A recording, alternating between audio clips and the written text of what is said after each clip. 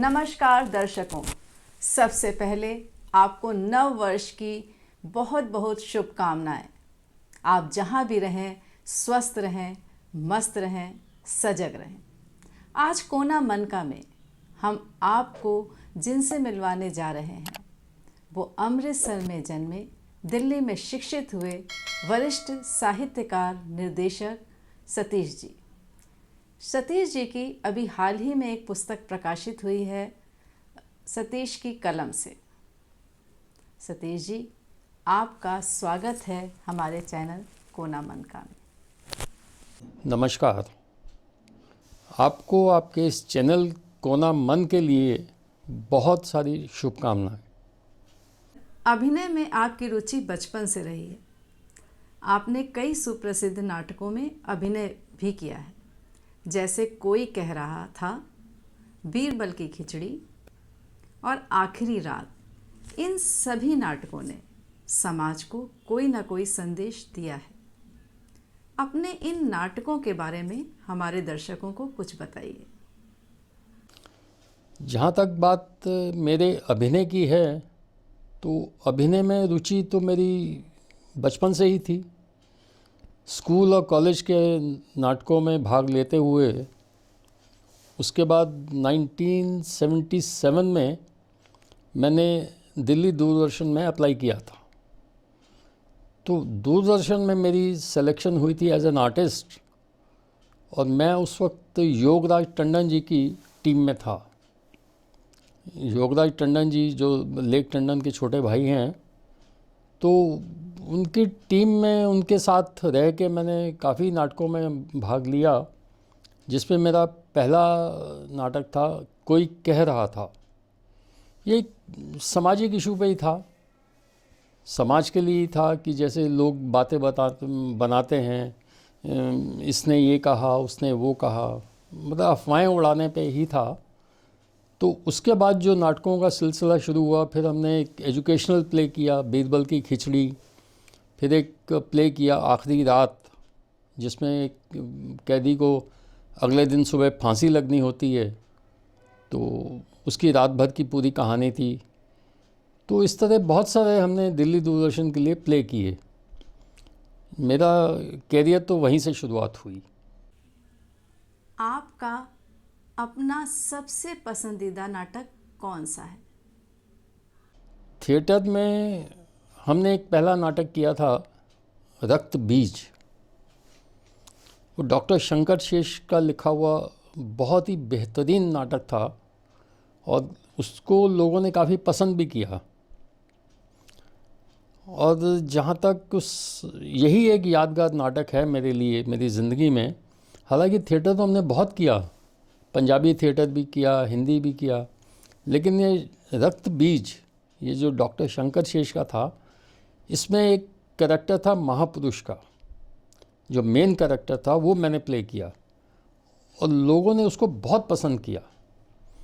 और थिएटर की जो हमारा कैरियर था थिएटर का, वो इस रक्त बीज से शुरू हुआ।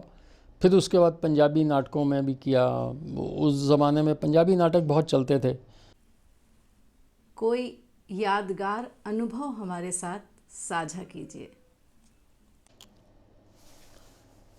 इसी डॉक्टर शंकर शेष के लिखे हुए नाटक की एक बहुत ही यादगार मोमेंट है जो मैं कभी नहीं भूल सकता। वो ऐसा हुआ कि हम लोग स्टेज पे थे, सामने ऑडियंस बैठी थी और मैं, जैसे कि मेरा मेन कैरेक्टर मेरा था, तो मेरी जो को आर्टिस्ट थी वो बीच में कुछ अपना डायलॉग भूल गई।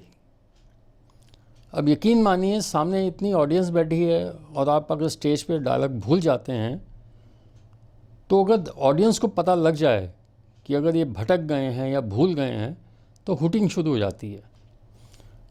अब मुझे याद है वो करीबन 3-3.5 मिनट का टाइम था। 3-3.5 मिनट स्टेज पे थिएटर पे बहुत होते हैं और मुझे उस को आर्टिस्ट को संभालना पड़ा। मुझे तो अपनी डायलॉग्स याद थे, अब चूँकि वो भूल चुकी थी तो इसलिए मुझे उसको ट्रैक पे लाने के लिए मुझे काफ़ी मशक्क़त करनी पड़ी, बहुत ही मेहनत करनी पड़ी और बड़ा मुश्किल से मैं उसको ट्रैक पे लेके आया, और जब उसको ट्रैक पे लाया, उसको अपने डायलॉग क्यू मिली, तब वो जाके कहीं आगे नाटक सही ढंग से हो पाया। लेकिन यकीन मानिए ऑडियंस को नहीं पता लगने दिया कि हम लोग भूल चुके हैं, मतलब वो भूल चुकी है। तो इस तरह की वो जो मूवमेंट थी ना 3-3.5 मिनट की, वो एक यादगार सी बन गई मेरे लिए, जबकि उसको लोगों ने बहुत अप्रिशिएट किया। किसी को पता नहीं लगा, लेकिन लोगों ने नाटक बहुत अप्रिशिएट किया। नाटकों में तो ये होता ही है सर, क्योंकि वो एक ही समय पर मंचित हो रहे होते हैं। पर अच्छा लगता है कि हम दर्शकों को जो दिखाना चाहते थे उसे दिखाने में सफल रहे हैं। सर, आप एक सफल अभिनेता के साथ साथ सफल निर्देशक भी रहे हैं। आपने एक धारावाहिक डायरेक्ट किया था, प्रत्यक्ष। उसके बारे में हमारे दर्शकों को कुछ बताइए। ये नाटकों के चलते हुए, थिएटर के चलते हुए एकदम से ख्याल आया कि डायरेक्शन में चला जाए। तो डायरेक्शन में हमने शुरू किया शिमला से। शिमला दूरदर्शन के लिए एक सीरियल डायरेक्ट किया था जिसका नाम था प्रत्यक्ष। ये जैसे इंडिया टीवी पे आपने देखा होगा, रजत शर्मा जी का आपकी अदालत आता है। तो चूँकि मैं रजत जी का बहुत बड़ा फ़ैन हूँ, मुझे बहुत अच्छा लगता है उनका ये, तो उसी के पैटर्न पे मैंने प्रत्यक्ष सीरियल एक शूट किया था। तो उसमें उन दिनों शिमला में कांग्रेस की गवर्नमेंट थी, तो हमने कांग्रेस की वहाँ से मिनिस्टर्स को लेके प्रत्यक्ष मेन मॉल रोड पे हमने सेट लगाया, और वहाँ के मिनिस्टर्स को लेके हमने, जब प्रत्यक्ष एक तरफ पब्लिक बैठी थी और सामने मिनिस्टर साहब थे, तो उनसे जवाब सवाल किए, उनकी जो समस्याएं हैं वो उनको सुनवाई, और वहीं हाथ के हाथ वहाँ उसका सॉल्यूशन भी निकलवाया। यानी वो सीरियल हमारा बहुत अच्छा गया। लेकिन थोड़ी सी बदकिस्मती ये रही कि जब सीरियल टेलीकास्ट होता था तो उन्हीं दिनों वहाँ कोड ऑफ कंडक्ट लग गया, तो जिसकी वजह से सीरियल बंद हो गया। बस वहाँ पे थोड़ा सा ये प्रॉब्लम हुई। बाकी उसके बाद तो किसान चैनल के लिए मैंने डॉक्यूमेंट्रीज़ बनाई, उसमें काफ़ी डायरेक्शन हुई, और शिमला में हमने उसका बी कीपिंग पे काफ़ी, ये सब किसान चैनल के लिए हमने काफ़ी काम किया। फिर जी, दुख भी होता है और बुरा भी लगता है कि जिस काम को हम बहुत मन से शुरू करते हैं उसमें कोई व्यवधान आ जाए और वो रुक जाए। पर आपका काम नहीं रुका, आपकी लेखनी अभी भी चल रही है। आपको कब लगा कि आप लेखक बन गए? इसी डायरेक्शन करते हुए फिर अचानक हमने लिखना भी शुरू किया। उन दिनों दिल्ली में एक न्यूज़पेपर आता था, हिंदी हिंदुस्तान, जो अभी भी है। तो हिंदी हिंदुस्तान में एक कॉलम आता था तीर तुक्का। उसमें क्या था कि जो न्यूज़ आती हैं तो उस पर लोग अपनी प्रतिक्रिया देते हैं, लोग अपने कमेंट्स देते हैं उस न्यूज़ को लेके। तो वो सब मैं पढ़ता था तो मुझे अच्छा लगता था।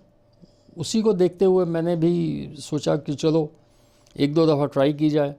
तो कुछ उनकी हेडलाइंस लेके, न्यूज़ लेके मैंने अपने प्रतिक्रिया दी, अपने रिएक्शंस दिए उस पर, और वो छप गए। अच्छा, जब वो छपते थे तो उसमें फ़ोन नंबर के साथ छपते थे। तो जब मेरे वो रिमार्क्स, मेरे रिएक्शंस छपने लगे फ़ोन नंबर के साथ, तो मुझे लोगों के फ़ोन भी आने लगे कि आपने बहुत अच्छा रिमार्क दिया, बहुत अच्छा। लोगों ने काफ़ी प्रेज़ किया इसको। तो उनके एप्रिसिएशन से मुझे एनकरेजमेंट मिली कि मुझे लिखना चाहिए। तो मैंने वहाँ से लिखना शुरू किया। उसके साथ साथ फिर मैंने कविताएं लिखनी शुरू की। मुझे याद है 2010 में मैंने एक कश्मीर पे कविता लिखी थी। वो भी कश्मीर में मुझे किसी बच्चे का फ़ोन आया, बच्ची का, कि अंकल आप कश्मीर पे कुछ लिखेंगे, कुछ लिख के दे सकते हैं। तो मैंने कश्मीर पे एक कविता लिख के उनको भेजी, और वो उनको बहुत पसंद आई, बहुत अच्छी लगी, बहुत अप्रिशिएट हुई। तो इस तरह जब कविताओं का दौर शुरू हो गया तो फिर मैंने कविताएं, उस पर मैंने रिश्तों पे लिखा, सामाजिक इश्यूज़ पे लिखा, पॉलिटिकल इश्यूज़ पे लिखा, दोस्ती पे लिखा, मतलब हर सब्जेक्ट पे, महंगाई पे लिखा। तो जो सब्जेक्ट जितने भी मैंने चुने, सारे के सारे आम पब्लिक, आम लोगों की ज़िंदगी से जुड़े हुए थे, कोई भी हट के कुछ नहीं था। तो जो सब्जेक्ट्स आम ज़िंदगी से जुड़े होते हैं, लोग उसी को ज़्यादा समझते हैं, उसी को ज़्यादा वो तवज्जो देते हैं, क्योंकि उनकी समझ में होता है ना, वो उनकी रीच में होता है वो। तो इसलिए यही मेरा शुरू से ही ऐसा ही रहा कि कोई भी जैसे समस्या देखी, टीवी में कोई अभी न्यूज़ आ रही है, उस पर कोई दिमाग में आ गया तो लिख दिया। बॉलीवुड पे मैंने काफ़ी लिखा, और जो भी टॉपिक मिला, मतलब लेकिन लिखा सारा आसान भाषा में, कविता के रूप में लिखा, लेख के रूप में लिखा। और कुछ मेरे लेख, कुछ कविताएं मेरी पंजाब केसरी वगैरह में छपी भी। तो लिखने का कार्यक्रम फिर वहाँ से लिखना शुरू हो गया, और लिखने का तो अभी भी चल रहा है, अभी भी मैं लिखता हूँ। और लिखते हुए ही मेरे काफ़ी लोग जैसे सुनते थे, पढ़ते थे, तो एक फ़ैन से काफ़ी फ़ैन फॉलोइंग हो गई मेरी, लोग चाहने लगे, तो लोगों के मुझे फ़ोन भी आने लगे। निसंदेह आप अच्छा लिखते हैं सर। आपकी एक पुस्तक हाल ही में प्रकाशित हुई है सतीश की कलम से, जो आपने हमें भेंट स्वरूप दी है। इसके बारे में हमारे दर्शकों को कुछ बताइए। इसी तरह कविताएं और लेख लिखते हुए जब मेरे फ़ैन फॉलोइंग हो गई, जब फैंस पढ़ने लगे, चाहने लगे, तो उनमें से ही मुझे किसी ने राय दी कि आप अपनी किताब क्यों नहीं छपवा लेते।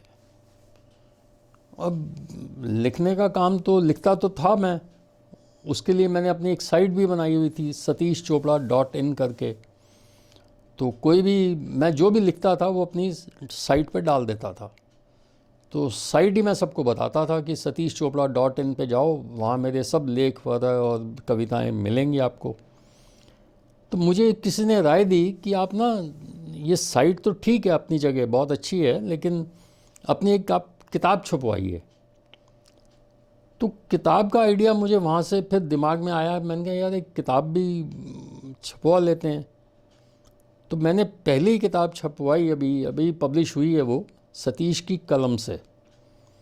और ये किताब जब मार्केट में आई है तो लोगों ने इसको बहुत पसंद किया है, ख़ास तौर पे जो मेरे पढ़ने वाले हैं, जिनको इंटरेस्ट है पढ़ने में, या जो चाहने वाले हैं, उन्होंने इस किताब को बहुत पसंद किया है, बहुत अप्रिशिएट किया है।